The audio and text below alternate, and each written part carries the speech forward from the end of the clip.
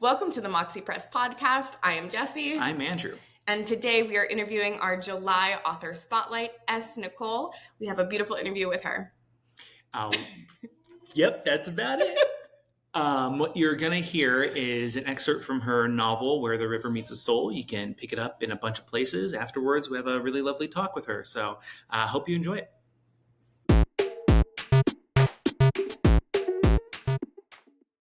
The rains of Viellen had run dry, and the devastating drought laid the Nofsi River a barren ditch. The waters brought life to the land for centuries, its strength reflecting that of Viellen's people. The elders of the land, to ensure the health of their people, ventured out for a solution. After years of searching, they came upon a mystic of nature by the name of Kofir. Kofir was a kind man, and, though only in his 20th year, offered to help the elders of Viellen.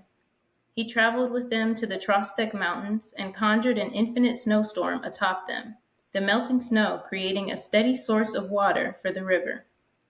Overjoyed, they offered the nomadic mystic a place in their land, and Kofir agreed, enchanted by the bountiful greenery the land possessed. Each year, the land grew stronger, and so did Kofir. He traveled from one end of the Nofsi to the other, spreading his knowledge and blessing the plants and herbs with unique and wondrous magic. The people loved him dearly, as his knowledge brought them new understanding of the nature around them. In his 30th year, he came upon a woman collecting water and began a conversation with her as he would anyone else. Though he had come to be revered by the people, he was merely a man. While most had forgotten, she hadn't. She treated him with kindness, as if he was no more than a passerby on the street. The sun shone brighter that day, and something about the way she spoke enraptured him. He found himself returning to the river bank in hopes of finding her again. Days later, she returned, and again they spoke. The peace he felt in her company was nothing like he'd ever experienced before. When he departed from her village, they continued to speak through letters she would send to the villages he would stop in during his journey. Each letter would bring him unspeakable joy, the sound of her name a melody on his lips, Elise. After a year, he finally returned to her village and found her at the bank of the Nofsi once more. This time, however, he could not bear to leave. Their love was unbreakable. They were soon wed and settled in a valley to live out the rest of their days. They lived 12 long and happy years together, until one day she suddenly fell ill from bloodroot, a vicious berry disguised under innocent blooms. Kofir spent the day caring for his wife and the night creating a plant with strong enough healing properties to save her. After endless toil, he had finally done it. He grew the flower in the dead of winter and revealed his work to Elise, but it was too late. The bloodroot had found its way to her heart, and the flower he created could only slow its effects. He was grateful that the bloom allowed him a few more weeks with his beloved before she passed. Kofir was heartbroken. A month flew by, but his heart could not be healed. He spent the time traveling the land and eradicating bloodroot from Viellen's soil so no one would ever suffer the same fate as Elise. Though he loved the people, each day without her was torture, suffering he could not bear for a lifetime. With nothing left, he returned home. He took the seeds from his creation and planted them atop her grave, affectionately naming them Elisir. After paying his respects, he traveled to the head of the river in the Trostek Mountains. In that cave, under the light of the moon, he stepped into the waters and spoke a vow. Surely as our love is unending, so shall this river be. May the souls united here be reborn and reunite. My eyes shall be opened by a mark in the valley where life begins and ends. With that, he summoned all the power he could muster and bound both his and Elise's souls to the Nofsi. The tears from his eyes formed a magical gem known as the Waterstone, connecting their souls to the river and providing strength to the land. With his life force physically bound, he went on to join his lover in the afterlife. The flower bloomed each year, and the seeds spread across the land, growing along the bank of the Nofsi from one end to the other. It is said that to this day, their souls continue to reincarnate and find each other, providing magic to the land. Their love, a steady and ever-flowing stream. I shut the book with a blissful sigh as I stare up at the ceiling of my home. Years and years of being read this tale, and it never gets old. My head rolls to the side, and I catch a glimpse of the clock on the bedroom wall. Just in time. That was author S. Nicole with an excerpt from her novel Where the River Meets the Soul, a black asexual fantasy romance novel. As an author and huge advocate for black escapism, Shariah pushes for stories that represent black people and other minority groups without profiting off of their pain and oppression. Other accomplishments include bringing black hair products to the campus of her PWI, winning many oratorical competitions, and being told she looks like a fairy by a 10-year-old. So, And I mean, you have a wonderful array of accomplishments, but I think being told that you look like a fairy by a 10-year-old, I think pretty that's great. like the peak, right? Yes, it's on my wall. I mean, there's something about being complimented by a child. You're like, oh yeah, because they see things so like magically and wonderfully. I'm like, cool. And they're pure honesty. Yeah, that's true. Yes. But thank you for joining us today. We really appreciate it. Yeah, Yeah. I'm excited to be here. So just to start, like, if tell us a little bit more about yourself. You know, where you come from, what inspires you, specifically too, like what inspired this book and this story in particular. Well, I am a Floridian, whatever that says. I was born and raised in Jacksonville, Florida, and I'm currently based in Orlando. I'm a college student. I'm about to go into my senior year of college, and I'm a film student. So I'm just all throughout the arts all the time. I do a lot of different things. I paint, sing, act, model. I do just about everything. Anything I want to do, I just go for it and see what happens next. And I like to collect different skills. And so writing a book is always something I've wanted to do when I was younger. I remember telling my mom that I wanted to be an author. I wanted to write a kid's book, and I was maybe like 11 or 12. And so actually finishing a novel was a really big deal for me. And it was funny because my dad, when he first got the copy of the novel to his house, he told me he told me that he was really shocked at how big it was because he expected it to be, in his words, a 40-page or so book with a few pictures. And I was like, I spent 2 years writing this, and so I think it would be a little longer than 40 pages. I was like, I spent 2 years. I didn't spend 2 years on 40 pages. So yeah, but honestly, I'm a bit of a skill collector, a jack of all trades, and I just like to be in and throughout the arts all the time. And I'm a big advocate for escapism, and fantasy has just always been my thing. So That's awesome. I love that term, skill collector. By the way, Yes. I'll steal that. I guess to start, like with the book itself, too. So you describe Where the River Meets the Soul as asexual fantasy romance. How do you approach the challenge of depicting, or is it a challenge? You can tell us if it's not. Depicting asexuality in a genre that's like pretty dominated heavily by sexuality. I was reading today a report from Publishers Weekly lately that said, to borrow a term from TikTok, spicy romantasy books are actually lifting the overall physical book market this year so far, like Q2. well, the writing it itself was, it presented a challenge, but not a very difficult one. I am asexual myself.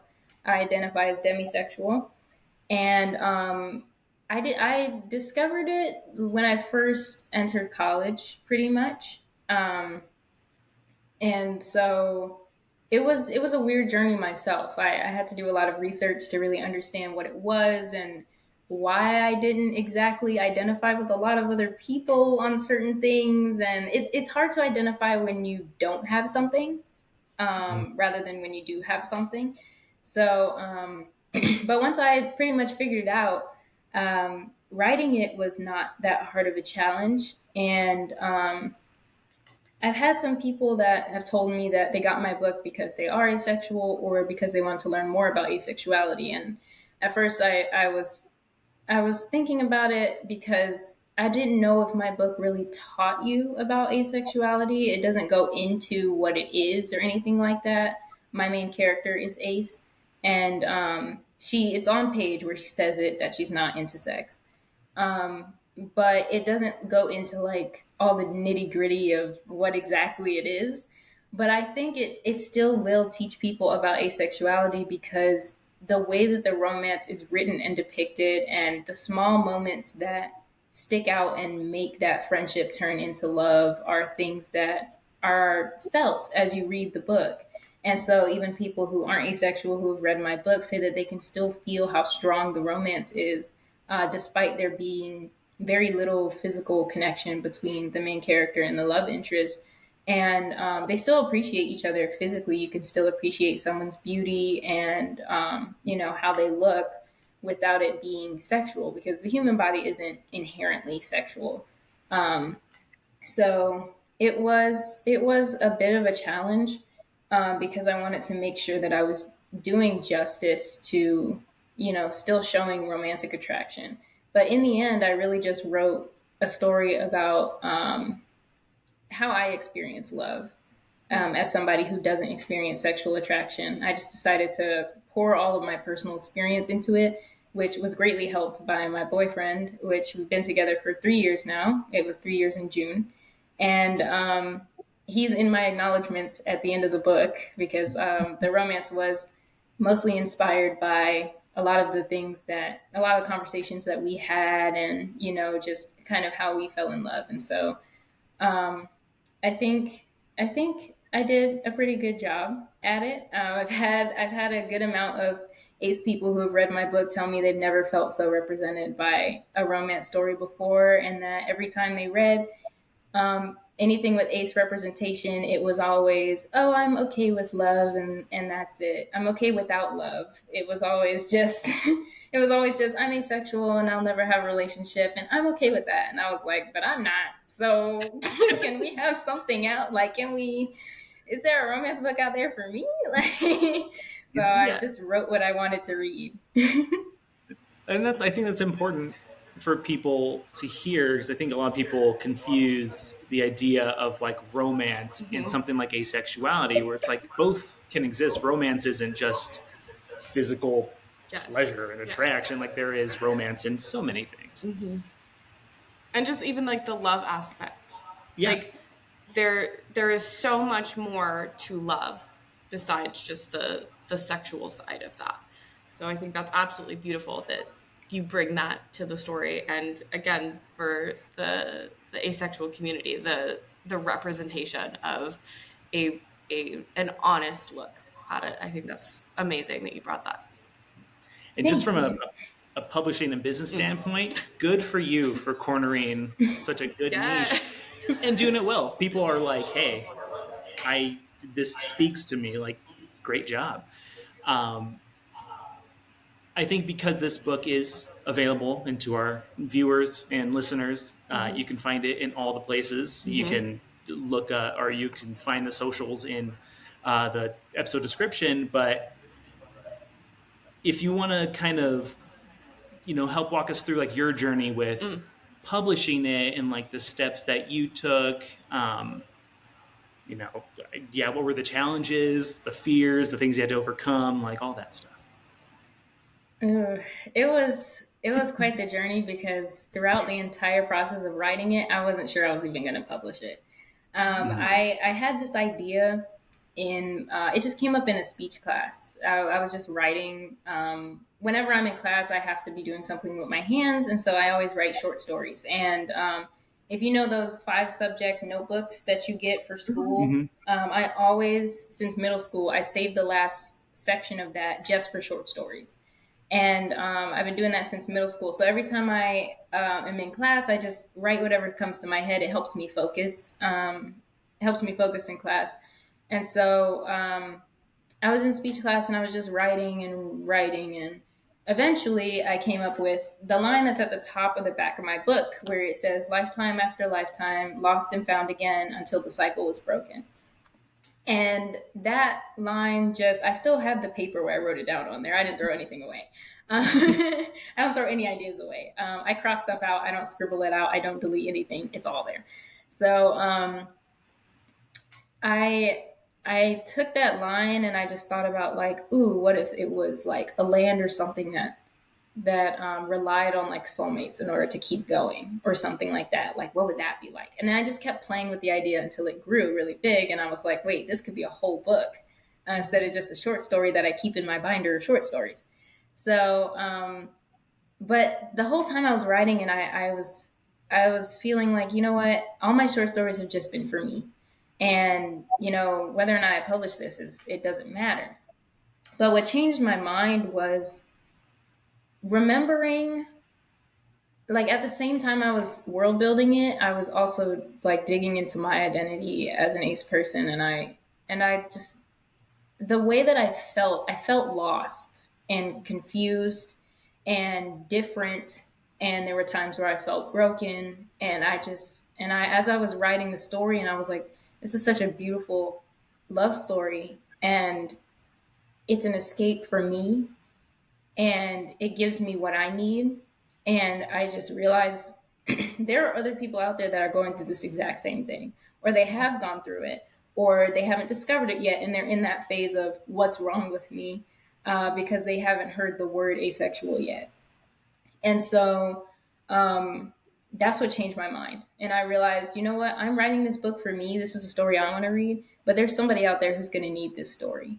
And as as narcissistic as that may sound to some people, genuinely, there are people who do need this story. And I ended up I had to prove that to myself, which is why I went on my TikTok page and started talking about it and all that kind of stuff, because I was like, there's got to be at least one person who really needs this story. And I was right.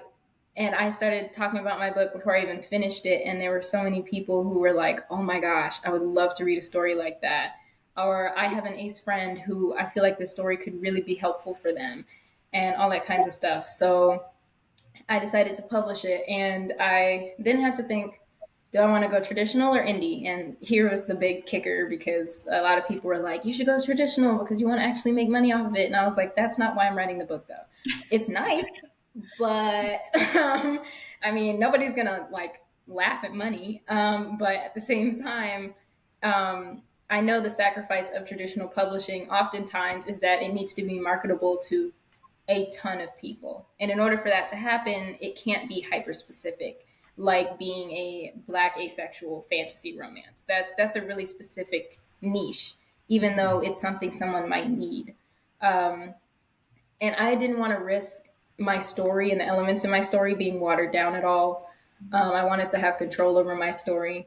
And traditional publishing is okay if you have a story that's marketable wide like that, but I just felt like, because of how specific it was, I just wanted it to be as authentic as it could be. And that's not the only representation in my story, because my love interest is gender fluid and has pronoun indicators, using bracelets, which I got that idea from a friend I met in high school.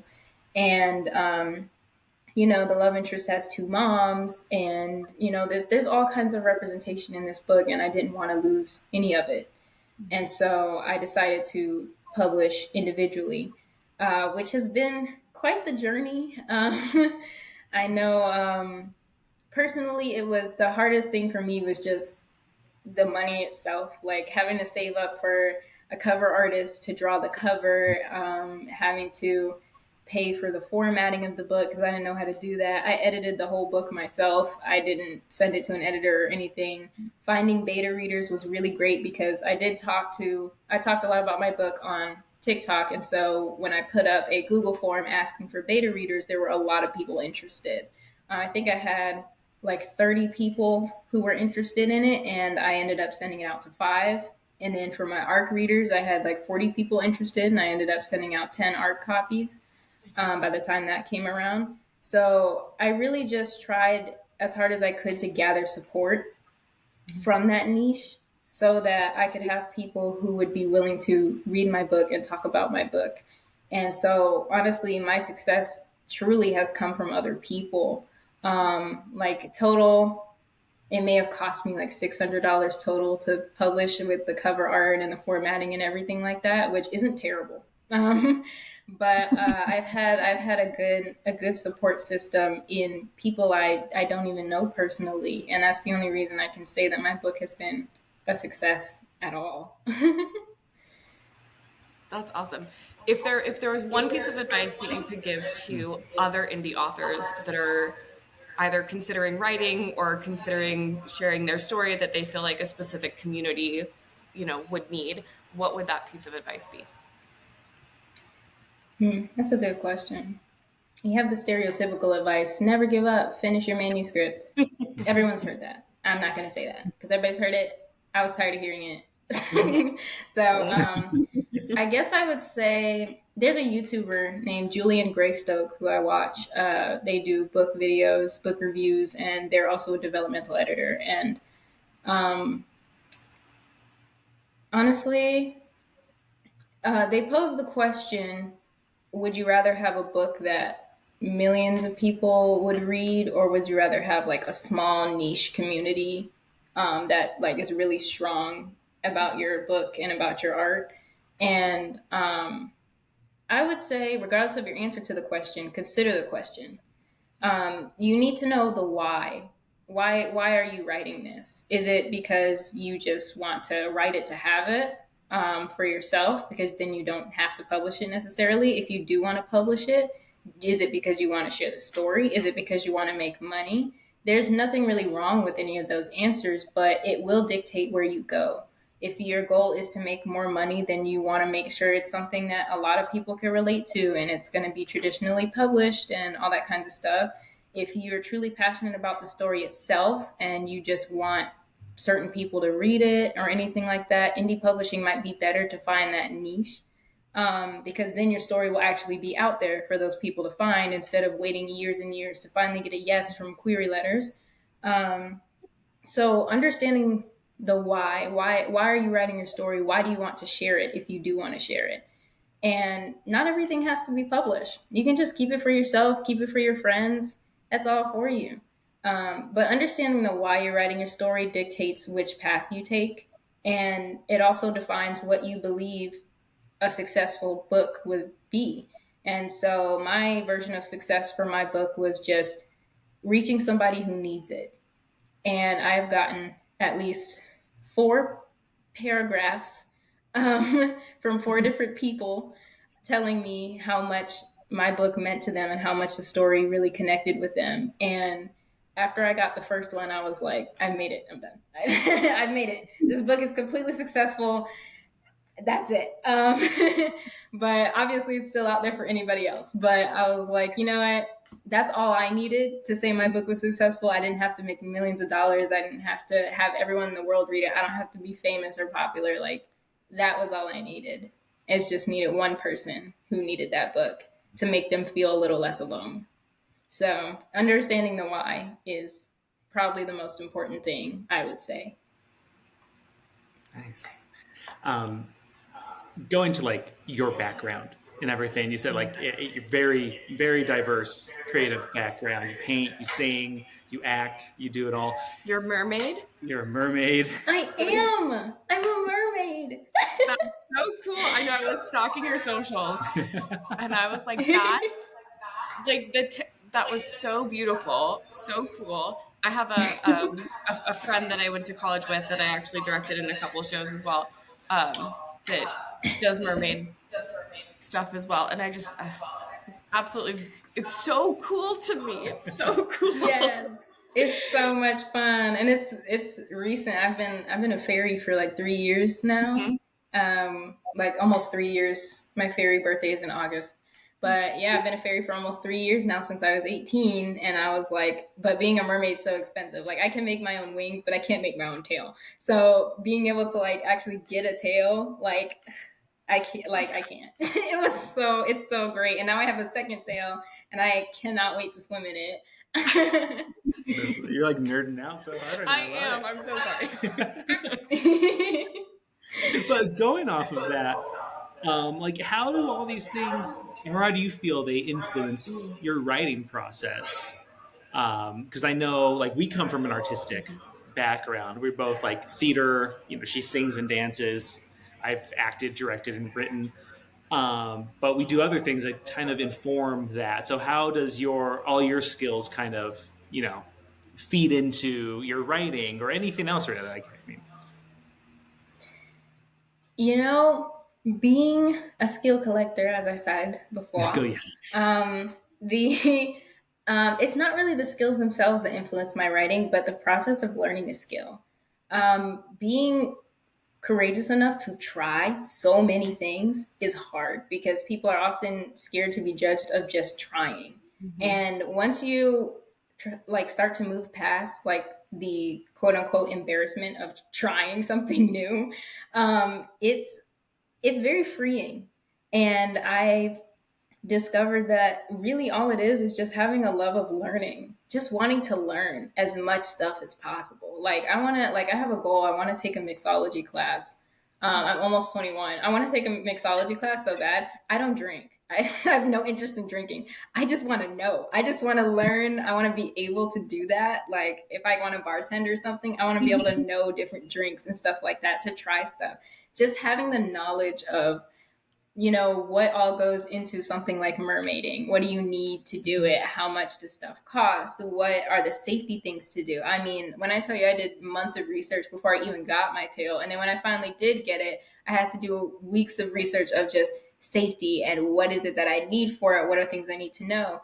I got my monofin, which goes inside the tail. And when I first got that, I went to swim in it just by itself because I wanted to make sure I knew how to eject out of it safely, just in case. Like there's a lot of different steps to every single thing that you learn, like sewing, crocheting, painting. I've been painting for 9 years now, and I still haven't learned everything. I'm only good at acrylics. I don't know anything about oil painting, or I barely know anything about watercolor. But those are things I can just learn. We have so much access to information. Like just wanting to learn things is the main reason why I have so many skills. And when it comes to writing, it's no different. I love world building. World building is probably one of my two favorite things. World building and characters. Characters, my book is very character driven. So my world building is only like, I'd say three-quarters of the way done. Mainly because some elements of the world building I didn't feel like was important to the story, so I didn't add it. I have had some people like in reviews and stuff say like, "Oh, I wish I knew like more about the technology or more about the economy of this world and blah blah blah." And I was like, "It literally doesn't matter for the story." So I left it alone because I don't want to figure that out. If I'm being honest, I was a little lazy on that. I didn't want to figure out what the economy was like. I didn't care about the government. It didn't matter. We had Yeah. magic plants. It doesn't matter. But just learning about different things um, is the most influential thing to my writing. Learning how things work. I didn't know how steam engines really worked all that well. I had to research it. I didn't know about a lot of plants healing properties. I had to research that stuff. And at the beginning of my book, which I'm most proud of with this book, we have Hariah's Plant Journal, which is at the beginning of the book. And I mainly put this in there because I made a TikTok showing all my pages and pages of research that I had written down of plants and healing properties and all that stuff to make up all these magical plants. And somebody was like, you should like publish that as like a journal or something because the main character carries this journal with her. So Mhm. she references this. This is what she references in her everyday work as an herbalist. Um, but I just decided to add it into the book because, in case anyone wanted to learn more about the world. So, researching a bunch of different plants that do exist and then combining their properties to make new plants, and also learning a bunch of scientific plant names and combining those um, to get these interesting plant names. Most of these plants in this journal are completely made up by me, and they have their name, pronunciation, the description, their attributes. If they're a dangerous plant, it has the treatment and/or the cure. Some of them don't have a cure, but they do have treatments. Um, and just like their taste, what they look like, all that kinds of stuff. And then there's also an asterisk next to the plants that are real so that you can look them up and you can see what they actually do look like. Some of these are very magical just in our own world. And my favorite is the rainbow eucalyptus, which is a tree that underneath the bark is like rainbow colors. So it grows like that. And I was like, this is so magical. I have to have it in my book, but it's a real plant. Like, that's so cool. So just being able to have a love of learning and just learn all these new things is very helpful when it comes to writing because you go down rabbit holes you never thought you'd find yourself going down, and it just gives you more to work with, and you can add anything you want into your story, especially if it's a fantasy. Nice. Yeah, before this, we were like, is she like an herbalist? That Like, was my question. Was like, I wonder if she's like Yeah. already, like into herbalism, or if this was something that came from the inspiration of the story. so So now Oh, we it know. did come from the story. It came from the inspiration of the story. My main character was an herbalist, and I was like, but I'm not. So I got to figure that out. but I think that's so like important. Like I too am an advocate of research. I think honestly, if you have a lot, sometimes it can get pretty daunting for any other aspiring writers listening or watching. Yes. Uh, but I think it's once you have that down, the rest it's not easy, but it's easier to like get your story Yeah. down if you know what you're talking about. I think people tend to not do the research because Hmm. it feels like it's too much, but like I promise, do a Yeah. lot of Yeah. learning. I think the research aspect of writing is something that can really like make or break Mm-hmm. the quality of the work. That's If what you've the done the research, even if, I mean, not saying that anyone's a bad writer, but even if like your writing might not be as descriptive or eloquent, if you've done the research and you have mhm. that like foundation of knowledge that you're putting into a story, that can make a Yeah. story. Well, like that's where like truth I think comes from. Like that's where like the truth of something comes from. It's like the not just the personal connection, but also like the care to figure out how it can relate to the real world and like the realism behind it, even in Yeah. fantasy. Um, cool. I think another thing. I don't want to pull back the curtain too far, so forgive me. But if people do their research, they'll realize that Nafsi is Swahili for soul. So, Yes. one, kudos on the creative title because it all ties together too. But I guess the my question would be, what other ties to like if Swahili for soul like to like African heritage or any like cultural references? How did that influence the work? Was that something that came again from research or something more personal?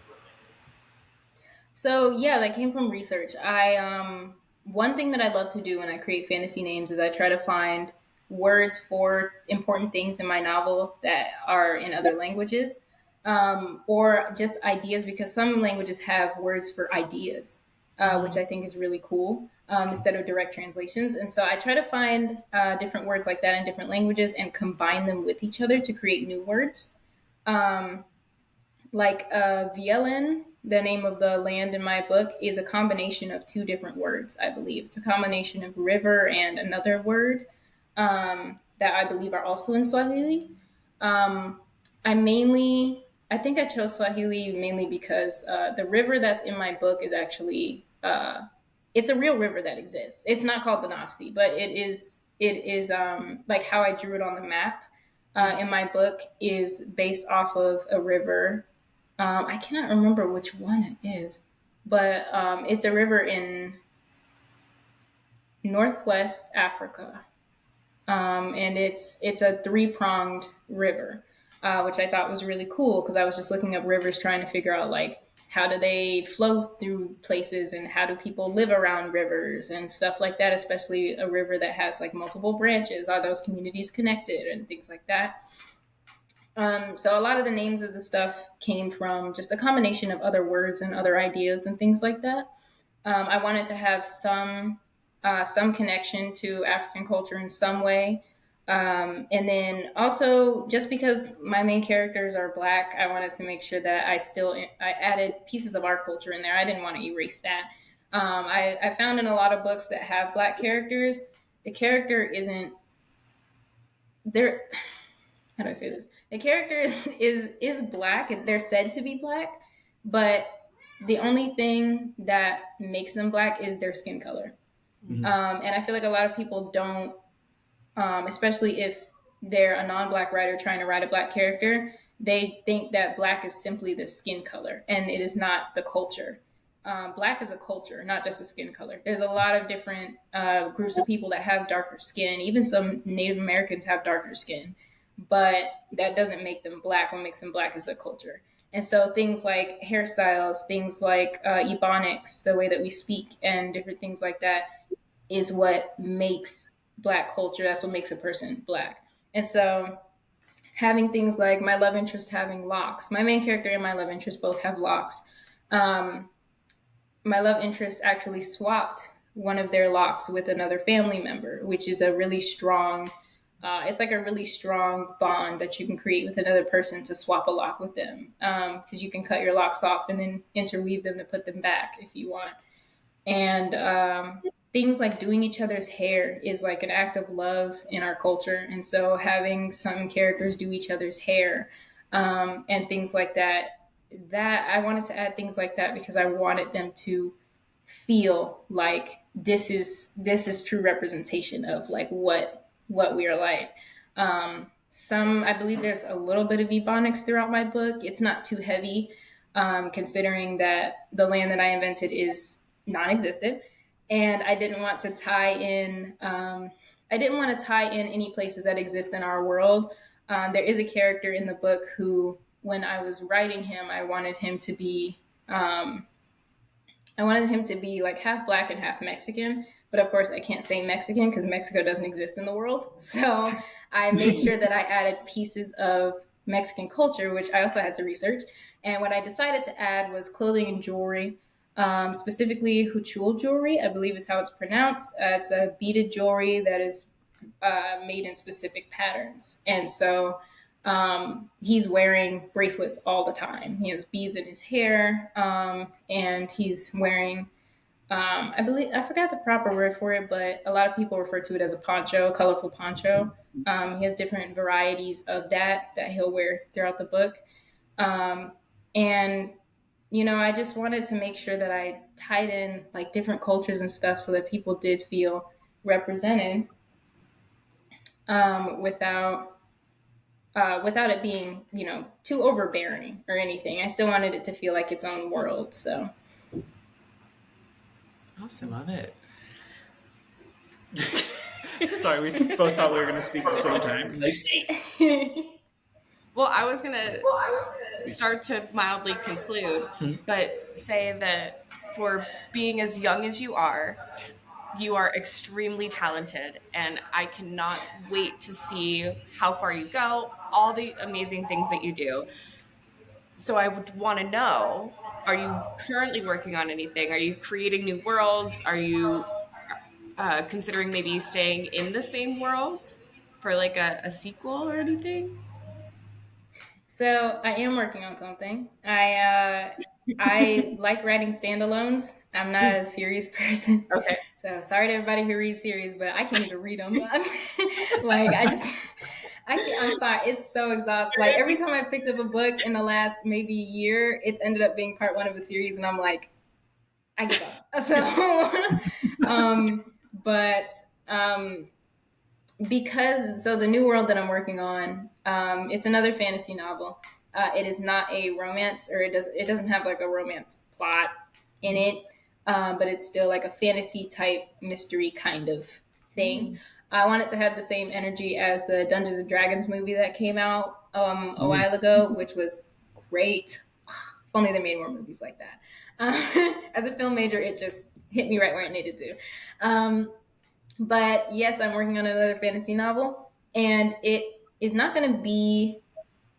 It's technically in the same universe, because the mystic Kofir from this book, um, he doesn't have a last name, And so he doesn't have an origin story.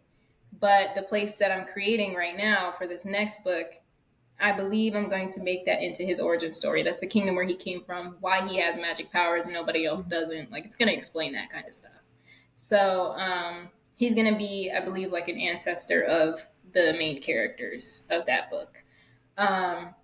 So it's technically in the same universe, but it's not directly tied to the story at all. Now, I may drop an Easter egg here and there. Maybe like some of the plants from this book are used in that other book because there is still plant magic. And perhaps maybe one of the characters is visiting the kingdom. I don't know. I may do it. I don't know. I don't even have the title figured out yet. Right now in my Google Docs, it's labeled as a really cool fantasy book. So I'm not very far. I've done a lot of world building, and chapter 1 is done. So, but it's exciting. I'm really excited to be back writing, and I don't ever like start on a project until I feel like I'm good to start on a project. I only work on stuff I'm really passionate about. I don't force myself to write at all. Just because if I did that, then I feel like it wouldn't be as authentic, really. And so I wanted to make sure I took the time to really craft the story. So I don't know when it'll be coming out. And I even started a book a while ago, and I got like 8 chapters in, and then I stopped because I just felt like, no, it's not going to work out. So we don't know, but I do think that this one's going to work out. So, but yeah, I'm always working on something. So that's never never a question. Whether it's writing or not is the question, but I'm always working on something. Well, everyone, us included, and everyone listening and watching, keep an eye on your socials to see what's happening next. But Yeah, absolutely. thank you so much for joining us. Yes, This has been a great talk. Thank Had a lot of fun. Of course. Thank you for having me. This has been great.